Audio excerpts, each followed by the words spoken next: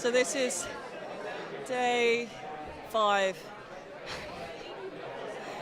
Day 5 of FrightFest. There's been horrors, fans everywhere. I just have to say this has been an incredible weekend, but I am so drained. I'm about to go and see Climax, which is apparently very, very good. I just want to say thank you to everybody at FrightFest TV and Arrow Video for this incredible weekend. But most importantly, thank you to all the fans and my amazing cameramen. And Reese. I'm sorry I called you Rice most of the weekend. Wolfman's Got Nards is a documentary about cult film and the horror community told through the lens of a movie that released in 1987 called The Monster Squad. But it's not just about fans of The Monster Squad. It's really a little deeper and multi-layered than that. It's about why movies can impact with people, how art can impact with people, or anything that you saw when you were a kid or a young adult or even later in your life that really made a connection with you somehow that you're never letting go of. Also, we were fueled by passion. Nice. The people that worked on this movie were all fans of the Monster Squad first. Monster Squad fans are different than any other fans out there. They are really a tight-knit, loyal group, and that they are really connected to that movie for some reason, whether they relate to a character or the situation or even some of the monsters or whatever it is. They care about this movie. So one of the crazy things for me is when I was a kid, I discovered this bootleg VHS tape with the movie The Monster Squad on it. Oh my God. And then I put it in, watched it, started making movies with my parents' camcorder, and now here I am, an adult, making a movie with the Monster Squad. So how was shooting this film then for you guys? I mean, it's a grueling film in a lot of ways. I mean, what was that like to shoot? I mean, I think from day one it was just very intense, wasn't it? I mean, I literally didn't really have any time to prepare. I got the phone call that I got the job, and then within 2 days I was like going to Serbia and starting, so I didn't really have a lot of time to prepare. So I was actually like, oh God.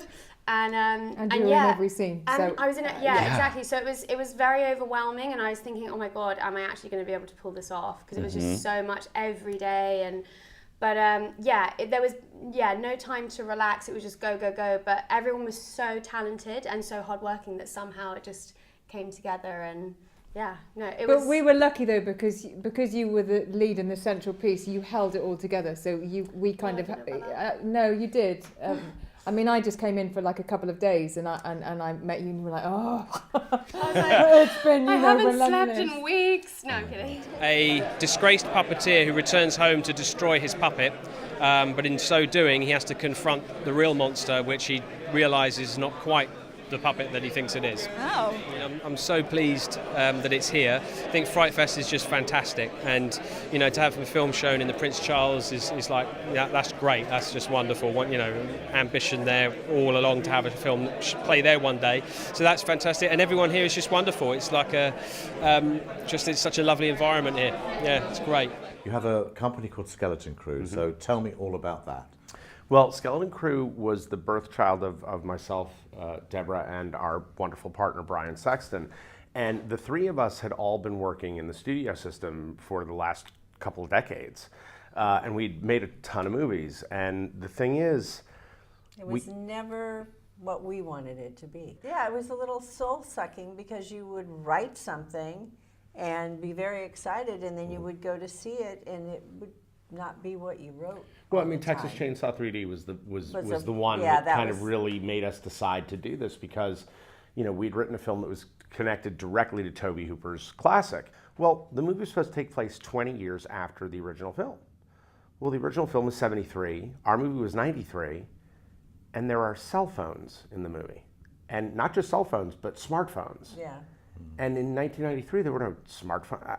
It was this kind of, and again, the producer of the film, he wasn't a horror fan. He didn't care the same way we cared. So for them, it's like, kids like cell phones. Well, but you're making something that's now it's part of history. We felt like, where have all the Roger Cormans gone? Where are the people who would give filmmakers just enough money to be able to go make their dream project Keep it within a ballpark, but let them have the reins. Let the lunatics run the asylum a little bit. My name is Gaspar Noé, and I'm showing a movie tonight called Climax here, a French movie with a big French flag in the middle of it. It's a dance film about a crew of dancers who are preparing a show. So they do a choreography, and then when the rehearsal is finished, they start a party. And they're in the middle of nowhere in the mountains in France. And when the party starts, people start behaving weird. And they notice that someone probably dropped something, the sangria that they're drinking, so they all were the best friends, start becoming very paranoid, very aggressive, and like the second half is all about destruction. Sounds chaotic. Yeah, shit happens in life. Oh, the party's over. And the end is near. And the quest for that one. And of course, a massive thank you to all of you guys for having faith in us and coming and enjoying the festival and giving us such great. No.